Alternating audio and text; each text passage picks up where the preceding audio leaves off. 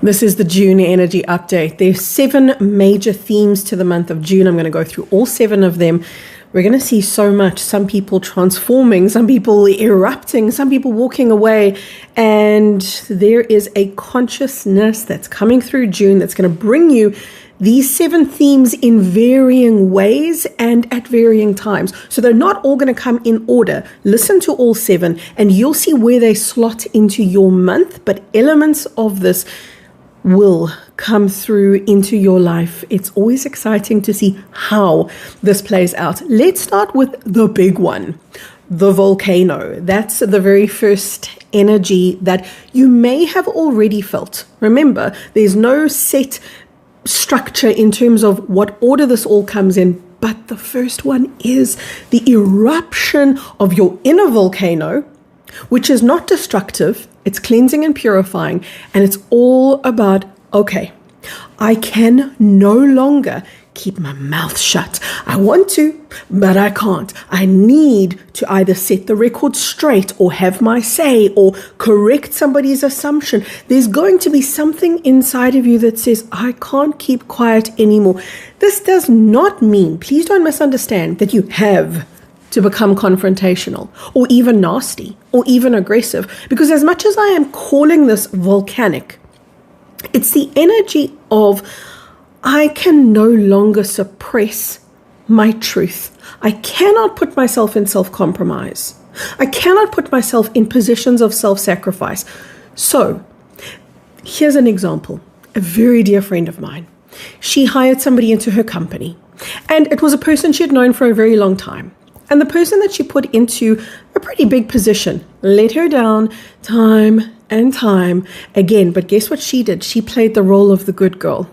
And she didn't really overcorrect. She made her case numerous times. It was never heard. It was never taken seriously. So guess what? Instead of firing this person and saying, look, there's a level of incompetence here that I cannot manage, what she did instead, because she didn't want to offend anyone, she didn't want to hurt anyone, what she did is she hired somebody else to do the actual work whilst keeping the incompetent staff member on.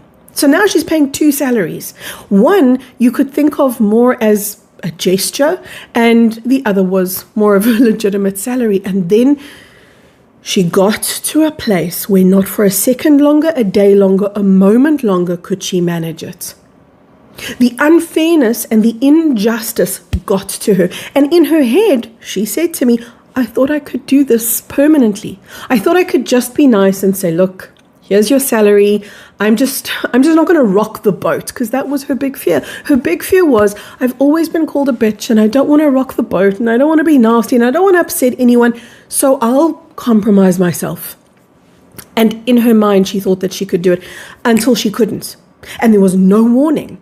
There was no real build-up. It was just bam, not a day longer. And once she reached that place, according to her, it went very well and it was all very sweet and polite. So she didn't get aggressive. And this is important to see. She didn't, and you don't have to spew lava at another person, because the moment you step into self-honoring, guess what happens? The lava turns to water and it becomes cooling and it becomes tranquil.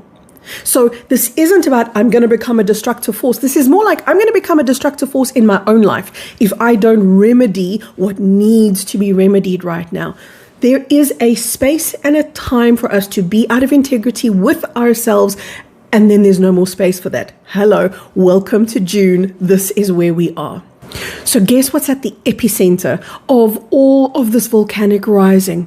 It's your throat chakra. That's where all of this truth is busy congregating and busy congealing to be expressed into the world. The throat chakra is a massive hub of the June energy, and so much of what you go through is going to be centered here. Remember that the throat chakra is not even about what you say. It's the truth with which you say it. It doesn't have to be aimed at a person. It's not about finding the right words. It's about the right frequency, and it's the frequency of truth that is a ripple. Sometimes that ripple is woven into words. Sometimes it is just an inaudible hum time of truth. I've just uploaded the throat chakra meditation. So many of you guys were asking me about that. It's in my online shop, and if you want to go check it out, I'm going to leave in the video description box for you a coupon code, so you can go ahead and do that throat chakra clearing, because this is the time. Part of that energy is an intolerance. This is point number 2, an intolerance for being drained. For places where, circumstances where, relationships where you are in a giving position, or you, and maybe that giving position is not being honored, or you are being drained by somebody else. Maybe this is a friendship, maybe this is a relationship. Very similar to point number 1. That's an intolerance rising inside of you. And when it does, don't judge yourself and say, gosh, I must be a bad friend or a bad person because suddenly I can't manage the conversations I used to. You cannot be in self-compromise. You cannot be in a position where you're not being honored, where you're allowing yourself to be drained, and then show up in the world as the highest version of you. Because what you're doing is you're showing up as a degraded, downgraded, dysregulated version of you. And then everything that you create in the world stems from that. So right now we got a lot of people lacking the integrity that we need to bring the love that we need online right now. This is a harsh lesson for a lot of us.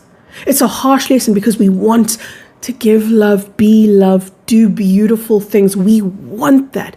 We just have no idea, or up until this point have had no idea, that in order to offer that level of love and beauty to the world, it has to exist in here.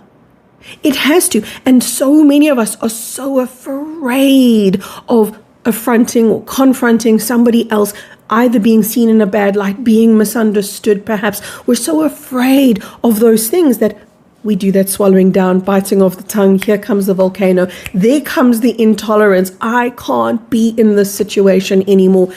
And what you're going to find is, even without you plotting and planning and thinking about it, those places and spaces that are draining you, you're going to find that they're swept away. Point number 7 is going to explain to you what the catalyst behind this is, just by the way.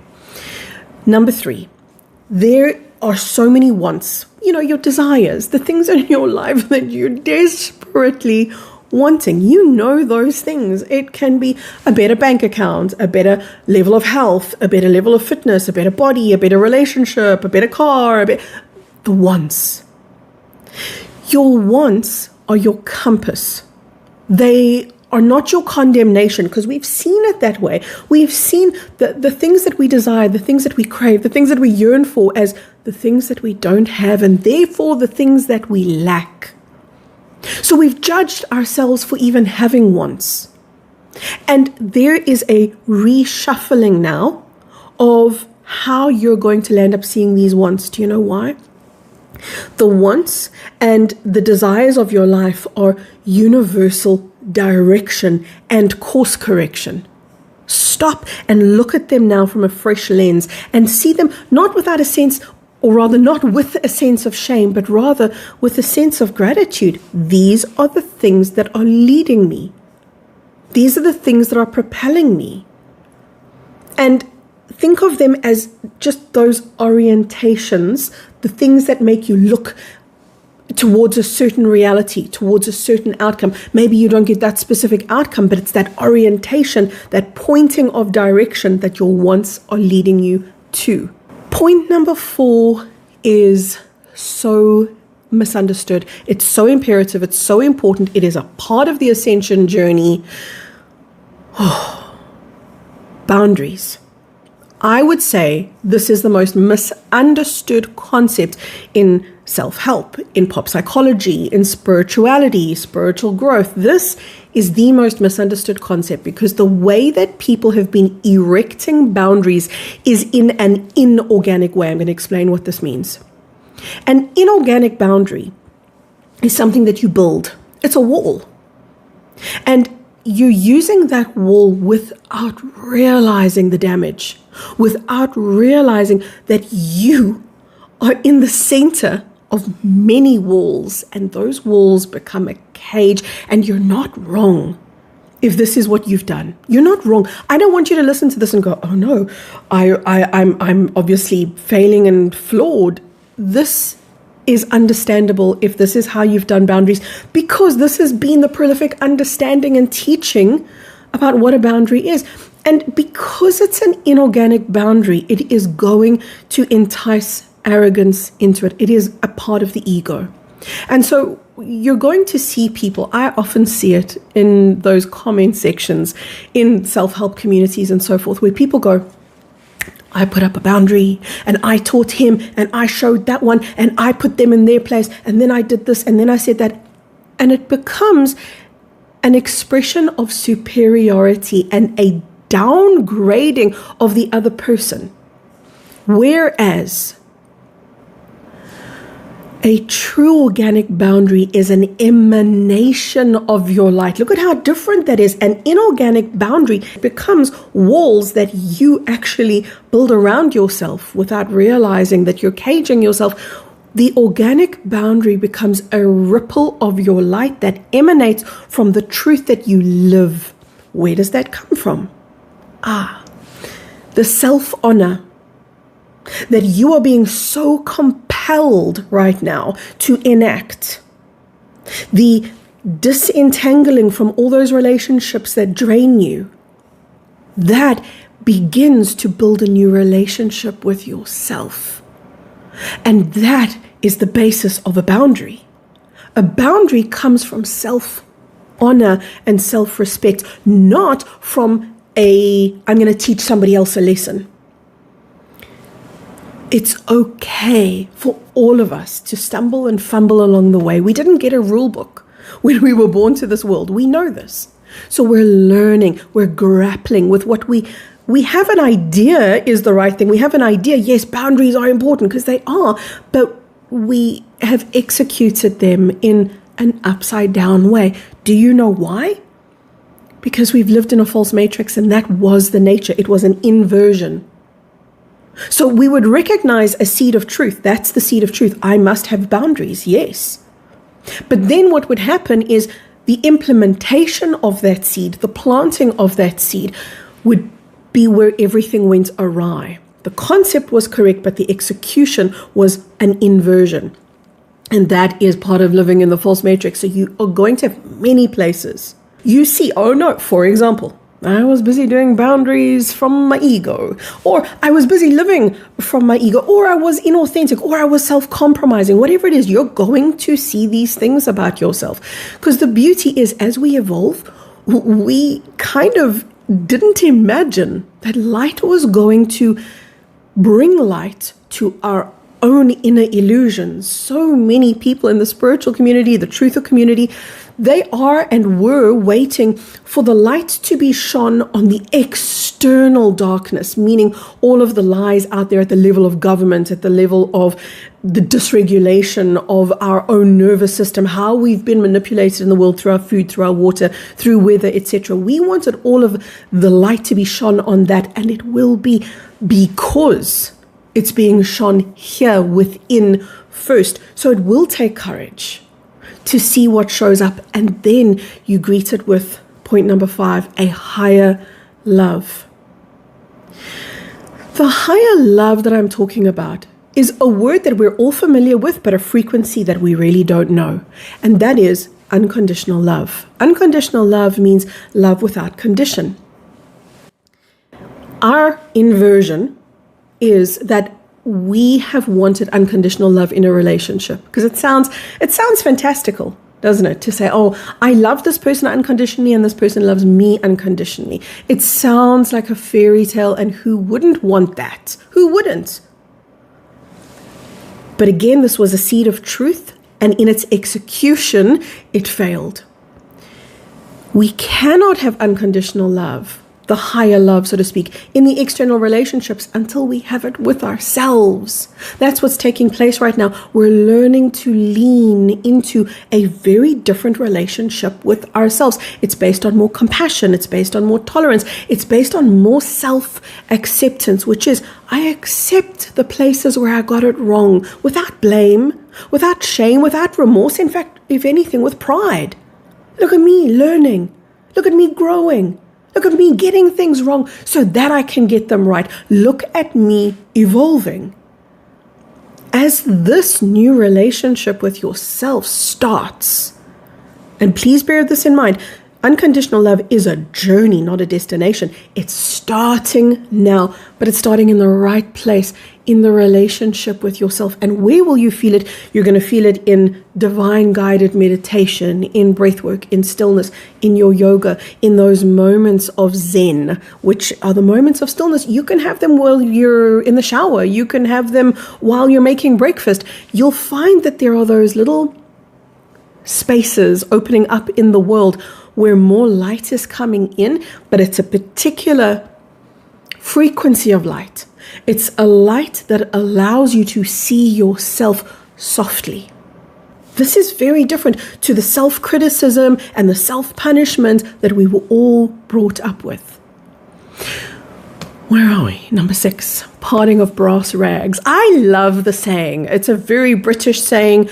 I am such a fan of old English novels and P.G. Wodehouse, the classic Jeeves and Wooster series. Well, that was a parting of brass rags, and this defines what we're going to see in point number 6, certain relationships ending. Certain relationships just coming to a natural end, almost like they can't be sustained anymore. It's going to be a case of it's either me that I choose or the other person. Not every relationship is going to come down to that choice. Some relationships are going to come down to I either choose to honor myself or honor the other person at the expense of myself. Relationships that were set up this way are doomed to fail because the other person fell in love with you or has been friends with you, whatever kind of relationship it is, based on your self-compromise. And those relationships do not honor you. They drain from you. And because of that, there's going to be an inability within you to maintain and sustain them. And maybe it's not a relationship with another person. Maybe it's a job. And I know when I say things like this that people go, oh, that's scary. I need my job. I want my job. Please remember this. We're going to go now into point number 7. This is so imperative. Nothing happens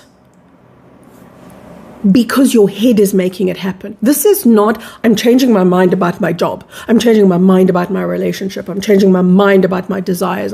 No, this is something in me is changing at the body level. So we could even say it like this. I'm not changing my mind. My body is changing. My body is shifting, which means my frequency is shifting, which means my reality is shifting. And this is what's important. When you shift from the inside, when your inner reality realigns itself, your outer reality restructures itself around the inner shift.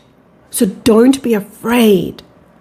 Your mind cannot plan. 9 times out of 10, things don't work out the way that your brain thinks they're going to. They work out in a way that is quantum, meaning we can't calculate them. They are extensions of and expressions of our light rippling into a literal new timeline, a literal new reality that is being reshaped even now as I speak to you, as you listen to these words. Can you feel that? That there is something in you that is realigning itself to your truth. And on this note, I must remind you that any time that you ever choose yourself in a relationship, and in so doing you lose the love of somebody else, that is not a loss. That is never a loss. If choosing you means that somebody leaves because they can't be around you when you are self-respecting, self-honoring, my darling, that is by no means a loss. That's a gain in your life. So allow that reshaping to take place, the higher love to settle in right now as I share these parting words with you. For those of you that are regulars to my video, you know what comes next. So sit down, take this in, let yourself feel it. This is a love activation from my heart.